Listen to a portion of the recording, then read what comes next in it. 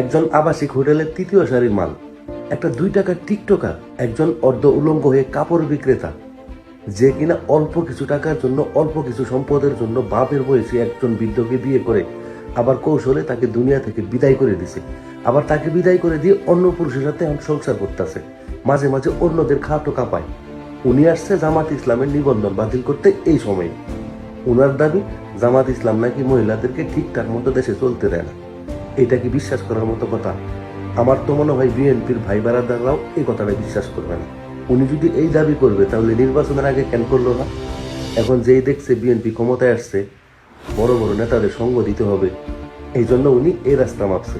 হয়তো সামনে দল থেকে মনোনয়ন নিবে, নায়িকা মাহিয়া মাহির মতো।